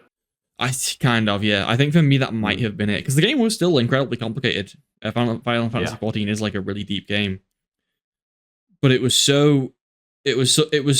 really easy to just look at everything and understand what was going on. Whereas in World of Warcraft, I always felt it was a bit more difficult. So for me, that would be my guess in terms of in terms of like overarching features. But what you two as like longtime World of Warcraft players, what do you think it is that the kind of thing that makes people want to play Classic, and the kind of thing that could be used to like make a new MMO? That's a toughie. It is a tough question. I mean, someone has to know because they made the games. I'll offer my speculation. Peter, do you want to go first? Or do you want me to go first? I can think of one so far, which is that I remember back in the day, the classes were very unique. They all had their own kind of place, and some of them were definitely better than others, and some of them were just, if you were that class, you were going to have a lot of difficulty doing endgame content, versus some classes were just going to be brought on every time and get all the best loot. And so there was a misbalance, but I think people kind of like that misbalance, especially in like PvP and stuff, because like I said, each class was very unique, and some classes could stun and some could snare, and like skip to retail, and now like every class has a stun, they have a snare, they have an interrupt, they can heal themselves. Like they don't have that uniqueness that they felt, and so that's definitely one of the factors I can think of. Clyde, you got anything else? Yeah, I agree. I definitely think there's like some kind of identity. That identity is really important for these kinds of games. That players being able to create the character they want and feel unique in a world that has millions of other people running around as well. One thing that I think about a lot with Reborn is it's very rare for studios to hold up their hand and say, we screwed up. Like it's very rare for studios to go, we didn't release the best version of this game we could have. We're rebooting this. We are restarting this. Please come look at A Realm Reborn. We're gonna clean the slate. I think that is just novel in and of itself. I think that's a unique moment in MMO history just in and of itself. And I think also people just like new beginnings. I think people just really like fresh realms and fresh servers, and like starting with their friends, and that feeling of like LAN party, everybody gets together and we all roll new characters and we start the adventure together. Like, I think that's just kind of a vibe that people really like. And it's hard. It's like, for me, I haven't played WoW retail in a decade. So for me to come into WoW retail, it's like, there'd be so much storylines that I'd be missing. There's so many classes and races that I don't know. There's so many abilities I don't understand. So many new factions and reputations, and it's just like the barrier of entry gets higher and higher. Whereas with a clean slate, it's like we're all starting from the same level. We're all starting from the same knowledge base, and we're all exploring this world together. There's something about that to me that I think is romantic. But FF14, I think they did it right by going, we screwed up. The original version of this game was not the best version it could have been. We're rebooting it. Everybody come along for the ride. You will get the game you deserve. And I think that's why it popped off. People were like, dang, they actually took their L and they tried to improve it. So yeah, it's weird. Yeah, also at the time, I remember Final Fantasy the 14 Realm Reborn had like, as well as improving the quality of life of retail World of Warcraft, they also, because it was, I guess, newer or maybe had a lot of money thrown at it, I remember the amount of content was ridiculous. Like, you'd go through, like, while you were playing through the campaign, you could do dungeon. You'd unlock them constantly, like dungeon. You'd go and queue for dungeons and you'd do, like, new dungeons all the time. And I remember you did raids in the single player as well, which was cool. And then you could obviously go back and redo them. So they were getting people into raids during the campaign, and then you would redo the raids and you'd begin raiding that way. And I remember they were like 24 people raids and shit, which blew my brain, like, literally, because the biggest raid I've known is a 6-man in Destiny. So that was ridiculous to me. But yeah, no, I think in that period of time, Final Fantasy XIV did have an advantage because they had like way more, like, it was literally a bigger product at the time than World of Warcraft, which is insane to say because World of Warcraft is extremely massive. But like the graphics and the amount of content, maybe not amount, because I don't know how, I know there's a lot of content in World of Warcraft, so I might be wrong. I'm probably wrong on that. But I think in terms of the variety of things you did, I remember being impressed playing it, like, wow, okay, this game has a lot of stuff in it, and a lot of it is actually, I can do it. Like, it's doable for me, whereas in World of Warcraft, I felt like a lot of things were out of my reach, to the point where I would end up just going back to, like, my questing. But in Final Fantasy XIV, I was doing, like, loads of shit all the time, and which was a nice improvement over constantly questing in World of Warcraft. I remember that being a nice difference as well. But yeah, on the same... Yeah, go ahead. They're very different cultures, too. I want to just say, like, Taylor's a huge FF14 player. He loves FF14. He plays every expansion that comes out. He goes to the storylines. And I think there's a different culture between FF14 and WoW. This might just be... And at Cards on the Table, this might just be because I played WoW when I was, a teenager, college guy, and I was, like, really sweaty when I was playing WoW. But, like, the people in FF14 that care about the lore... I know there's people in WoW that care about the lore, but... it feels like there are a lot more people in FF14 that love the lore of that game. Like, they love the characters, they love the outfits, they love the costumes, they love the RP. And I know there's a lot of that in WoW, but I would love to see like a comparison between like what the breakdown is, or like what percentage of the game, like the gamers in WoW actually care about Thrall and his story versus the percentage of people that care about the characters in FF14. All I know is like there's like a rule in FF14 that like when you're doing raids, right? And this is a cultural rule. Like when you're doing pickup groups, they all wait for each other for the cutscenes. Yes. Even though they don't have to. They don't have to wait. Yeah. Everybody can skip it, but they don't. They, as a community, they decided we are always going to watch every cutscene. So if this is somebody's first time playing it, they will experience the story correctly. That is wild. And I feel like WoW fans would never. Like, WoW fans would be like, pull faster, go faster, don't, like, pull more bump. Whereas FF14 is just it's a different culture. It's a different community. But, yeah. I mean, and there are lore fans in WoW. I'm not saying that at all. But it feels like FF14, they freaking love the lore in FF14. It's pretty crazy. They do. And I think you've reminded me of it. Like, this is kind of what I was trying to say before about, like, just the production quality being different to World of Warcraft. And that's another thing. I haven't played like recent retail World of Warcraft, but I don't remember there ever being like cutscenes with like during like questing at all in World of Warcraft. Is that ever a thing? No? Or there are now, yeah. There are now? There really? are now. Okay, nice. But nice. Yeah. But, like, they evolved over the years. Yeah. But FF14 is a lot of... Yeah. But Final Fantasy XIV has like it's a presentation difference, like you said, culturally different, because World of Warcraft is about like sweaty questing, everything else is kind of on the back burner. But Final Fantasy XIV, I remember they actually had like a story where like there was main characters that you would follow around, so it felt more like your typical story game, like again, like appealing to like a wider variety of people. And you'd like every time you did a story quest, you'd have you'd have cutscenes. There'd be loads of dialogue. You'd always be like seeing and interacting with the same characters. They'd like follow you on your journey. Whereas World of Warcraft, I think, is way more just like, at least at the beginning, it's so random. Like you just go from place to place, nothing connects to each other. There isn't like a story, if that makes sense. You kind of choose your own. That's the main difference. Yeah, like, it is. In World of Warcraft, like you just bounce around from hub to hub. Yeah. With not much story to connect you. You're just wherever you're traveling. It's like, oh, you're this level, you need to go here, and the quest givers will kind of give you hints like, oh, go deliver this package to this guy up here, and then that's how you deliver the area, or that's how you explore and find this new area. You just happen upon it, or like another quest takes you there, or you're on your way and you travel through here or something like that. It's just happenstance and general progression that you find these new places. And then in Final Fantasy XIV, there's an actual storyline,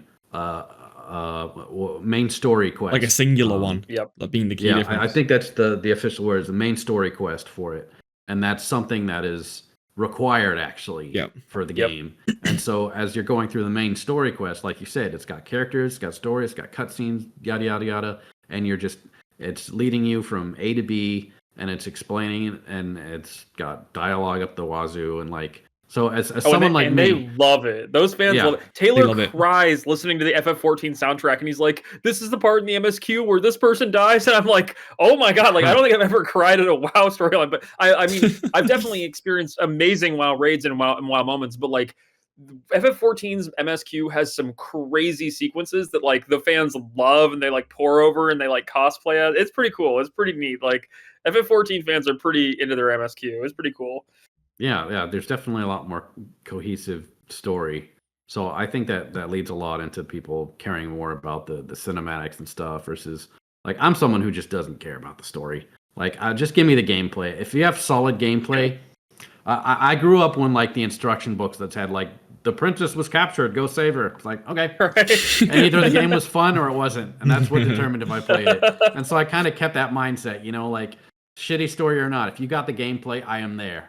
And if it's a great story, if the gameplay sucks, I'm out. I'm sorry. It's just, that's what keeps me. Oh, dude, Peter, you're my spirit World of animal. Warcraft that clicked with me, and like I remember playing 14, Final Fantasy 14, and just the main sequence quest was just my bane of it. I hated that. Like, you just had to just go from here to here to A to B to C to, it's just skip. Oh my god! And then you'd travel to another area, and you'd skip, and you'd travel to another area, and then like it was a whole lot of that, and it was required. It was absolutely required for the game. The thing is, when they do like content updates, they'll also update the main story quest.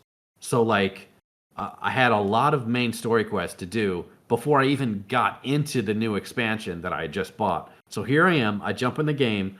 I had done everything for the first expansion, so everything now like was just after that, right? Like, I must have been in the second expansion, so I was just doing main story quest. I remember it was like a Saturday or Sunday. I spent like 7 solid hours just doing the main story quest, and then I'm like, I have to be nearly current. Let me check this out, and I found a list of all the main story quests and each part of it. And it's like, I hadn't even gotten past the patches for the first expansion for the main story quest. I hadn't even gotten into the second expansion's main story quest. There was just so much of it to do. And like I said, I was just spamming spacebar, skipping dialogue. I was hauling butt, traveling to all these places, skipping the cinematics, and like I still couldn't get it. It was I just wanted to play the game, man, and I couldn't. And I looked it up and see if it was skippable, and it's like, yes, there is a way to skip it. You have to buy the main story quest skip from the store for like $40. And I was like, no way. No, you're not getting me with that. Peter, we're cut from the same cloth, man. I just want to push buttons and have fun. I just want to push buttons and have fun. I'm the same way, dude. Like, I'm the exact same way. Like, I just wanted to join Dungeons and Raids with my buddy, and like nothing was unlocked unless you did the main story quest. It's all gated behind that. I'm definitely a hybrid of both. I do like I do like a good story, but I have been in the situation plenty of times where, for whatever reason, a story is just not grabbing me. So I'm just I'm doing the same thing. I'm just skipping. It's happened a lot recently, actually. But yeah, I have to admit, every now and then there's like a really good story, and like the gameplay is really shallow, but it's like I just want to know what happens next. Like I can't even remember the last time I had that. But there are definitely exceptions. But I'm not a big story guy, so you don't need that. I mean, I appreciate it. Kind of to wrap up the MMO topic, just one last question in terms of, how we talked before about what is it that pulls people into a new MMO and how do we replicate it? Like, some game developer needs to get to like a lab and study like a World of Warcraft player and like dissect them, like dissect the World of Warcraft player and figure out what they like. But on the other end of the spectrum, what do you think makes a bad MMO? Like, what turns MMO players away from an MMO? I can only talk about my own experience, of course, yeah. But like seeing like MMOs that I've tried that are just out there, like was it Black Desert Online or something like that, or something like those the non-mainstream MMOs, I guess I could say. Whatever few I tried, they were really grindy. They were really repetitive. The world didn't feel alive as much as it just felt like a bunch of places just to go and do things, like just a checklist to check off. I mean, that feeling that you're in a cohesive world. And I think the worst problem you would have with like analyzing, the Warcraft player was that you'd need like a huge amount of them, right? Because there's just so much variance. There's ones like me that don't care about the story, that like the gameplay. There's people I know who love the story, and the gameplay is just there, just to get to the next part of the story. And then there's just the classic video game concept of the casual player versus the pro player, right?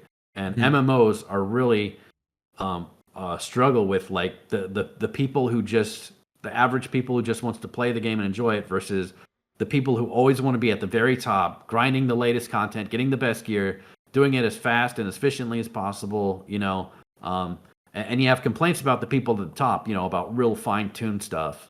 And then you have the complaints at the people, in the middle who are just, just general beefs and stuff like that. And sometimes they can be like completely different stuff, right? And I think Overwatch and Rivals and has the same thing. Where like the very most competitive people, what they want to change in the game is so different than the casual people that you can't just listen to them both. They usually choose one or the over the other, and like sometimes that can kind of doom the game if you're listening too much to the competitive crowd and the streamers, and the casual guy gets a lesser gameplay out of it because they just don't see that, or vice versa. But that's definitely something to consider. But also just like to get back to your point about like what actually helps I'm sorry, what makes a game bad is like systems that progression, like the feeling that you're getting stronger and that you're working towards something and that you're unlocking stuff, you're creating, you're making, you have all these different paths to choose from, choice, exploration, stuff like that, stuff that makes it feel like an MMO. And to go back to, the different players, like me, what I liked about WoW was that it's literally like a big, massive land. You can just walk from one end to the other. All these places are connected. You can fly over them and you can see everything from above. Yeah. It's just this cohesive place. And it really feels like you're in a world. Which versus Final Fantasy 14, it's a lot more instanced. Like each time you go to a new zone, it's its own separate little place. Yeah, absolutely. And so it doesn't have that connectivity that I really liked. Like for me, I like that connectivity. That was great. But like I know people who are just like the instance is fine, So true. That's a different. So I think combining both those together is you got to find a lowest common denominator, because you want so many people to enjoy this game that you're going to have something for each of them. You got to have some competitive scene for the really hardcore guys. You got to have some really hard raids for the people who just want to slam their heads into them, you know? And then you have to have like some more accessible kind of raids for people who just want to get together and fight, right? And you need to have like a nice, clean, progressive system that feels like you're slowly growing powerful, but at the same time, it's not, you know, something that you have to grind for, that feels like a chore. But at the same time, it can't be so fast that it's just like when you're done with it, it's, you know, now what, right? Because how many times have you gotten to the end of the game and it's just like, what do I do?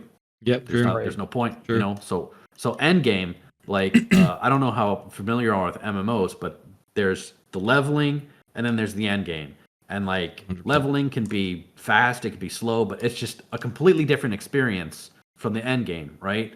And so you can have a terrible leveling experience, but if that end game is good, you can just be like, oh, I can't wait for that. That could be like powering through your levels, you know, like can't wait to raid with my buddies. Like that's me in WoW. It's like, God, this leveling's a chore, but once I get to raids, you know, then now I'll finally be able to enjoy the game. Yeah, right? but also vice versa. You can have great leveling and terrible end game. Absolutely, yeah. You can have games. I can't recall. I can think of one. Some.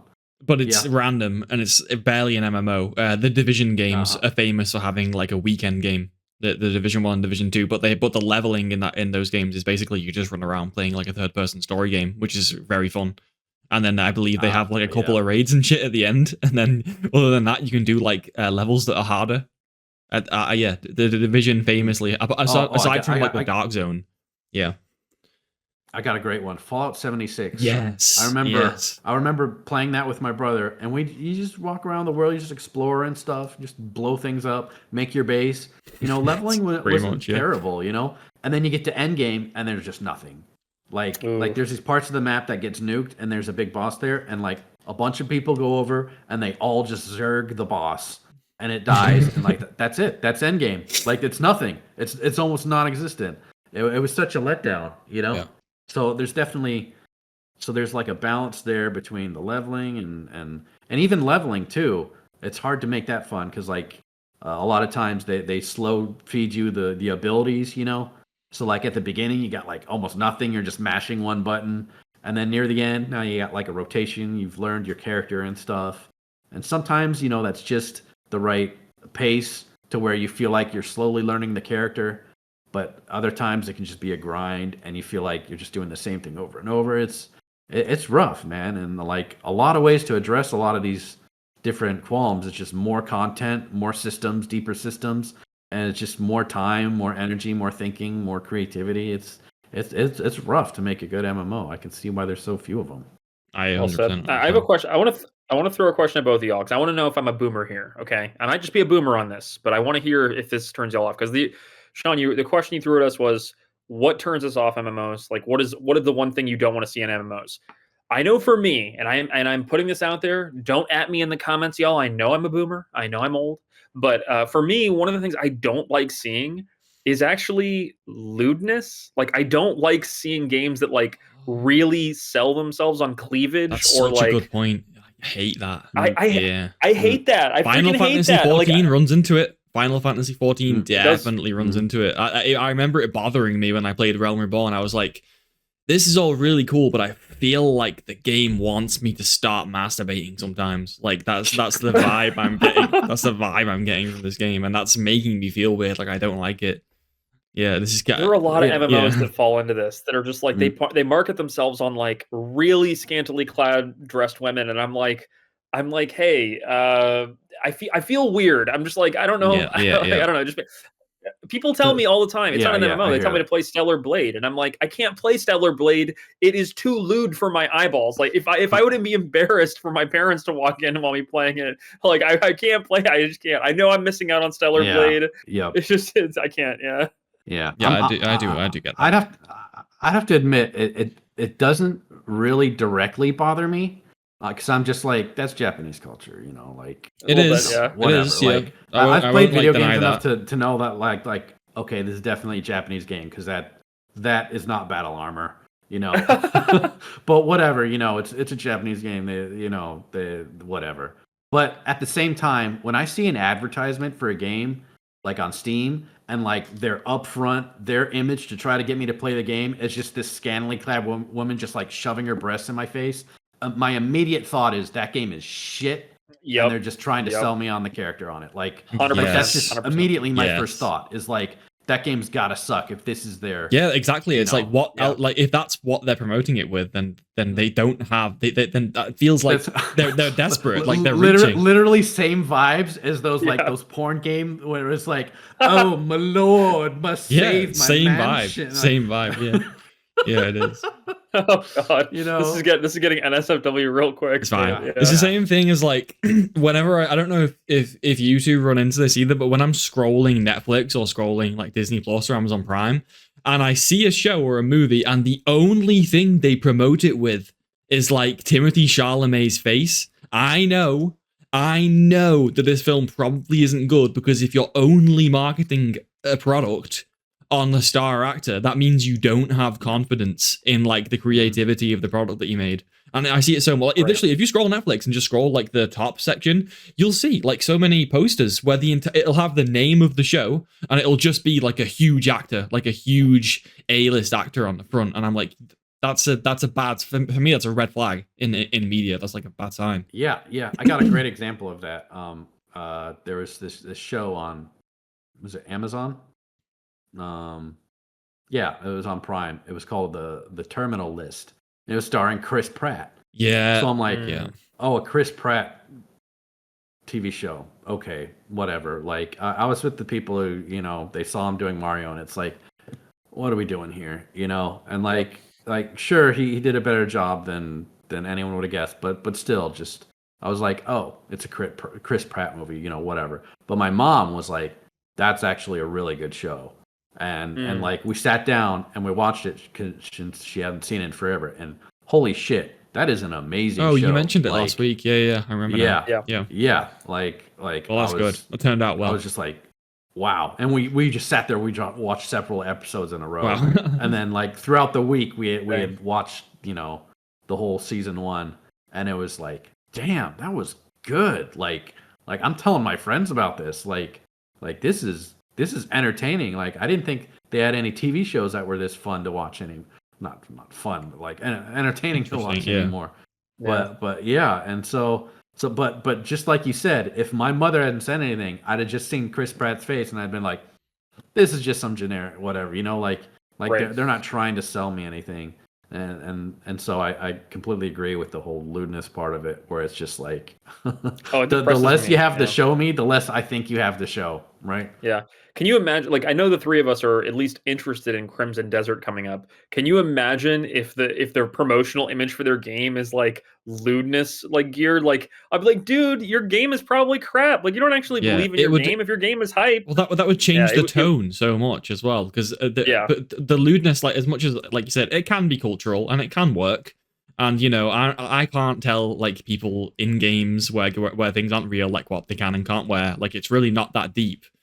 But it does just it tells me where, like, the design team sits as far as, like, how, like, what they want the characters to look like in terms of the in-universe. I'm talking about, like, in-universe. That shows me a little bit about the game. And also, like, if they use it as marketing, that also shows me a little bit about the confidence they have in their product. That's the only comments I would really actually, like, hold. But other than that, I don't think it's that serious, because in a fictional world, people will wear things that are, and, you know, the same goes for men. Like, you'll have, unrealistically, like, big men, you'll have topless men, things like that. Right. This isn't like, this isn't like, you know, groundbreaking, and it's, you know, that's just the way fictional worlds are. There is a line of taste, though. Like, if The Witcher 4 comes out, you know, in 6 months, and they decide to have Ciri appear in a bra, I mean, that would it's a level of taste. Then you're bordering on, like, soft porn there, yeah. Exactly. It's like, you need to have, like, you can make powerful, attractive female characters without objectifying them, 100%. Like, without making them into, you know, like, really sexualized characters all the time. I mean, Baldur's Gate 3 did this pretty well as well. Like, there was a lot of characters that were conventionally attractive in that game, but they didn't feel the need to make it gross or feel weird. Every now and then I'll look at an MMO and I'll be like, I feel weird looking at this, and I'm like, I don't know if you believe this game is actually good because you're having to sell it with boobies, and that makes me sad. Like, it makes me sad for those games, but it is a cultural thing too. So yeah. Well, that was an interesting surprise topic to end it on, but I think I'm going to have to go to bed. Oh, sorry, Pete. Are we going to say something? I won't end yet. If you want to yeah. I was looking on Steam real fast. I'm like, there was this one game where it just the any images. Any and all image I see from it, it's just like it just screams like we have half naked ladies everywhere, and I was like, oh, what game was it? And I opened the Steam store, and I like literally within seconds, it's just boom, it just slams it right into my face, and here it is, the first Descendant.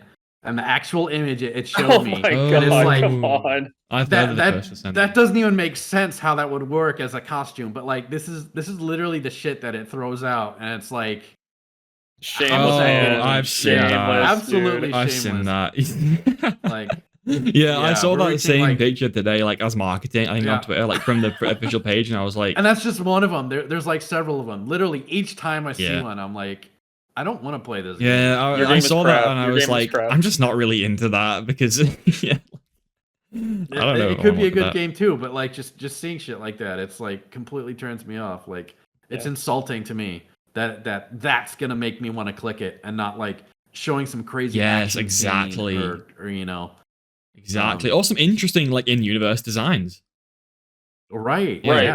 That's exactly the point. The art directors could have done so many cool things to make those women appear attractive and powerful and cool, but instead the way they do it is side boob, and it's like, okay, like come on, there's no taste here. This is pretty shameless. Like what is going on? Yeah, like here's another image that's like literally right on their page, like buried like 10 images in, and it's like this huge monster in this crazy city, and like this guy. Whoa, like, that's the same game. That's the same game. That looks awesome, man. That looks great. That looks the same game. Like, like I totally be like, what's going on here? I want to know more about this. Yes. Like, and that's not what they jump at. Like, well, that graphically looks. This is what I see. Quite nice considering how like big it is. Wow.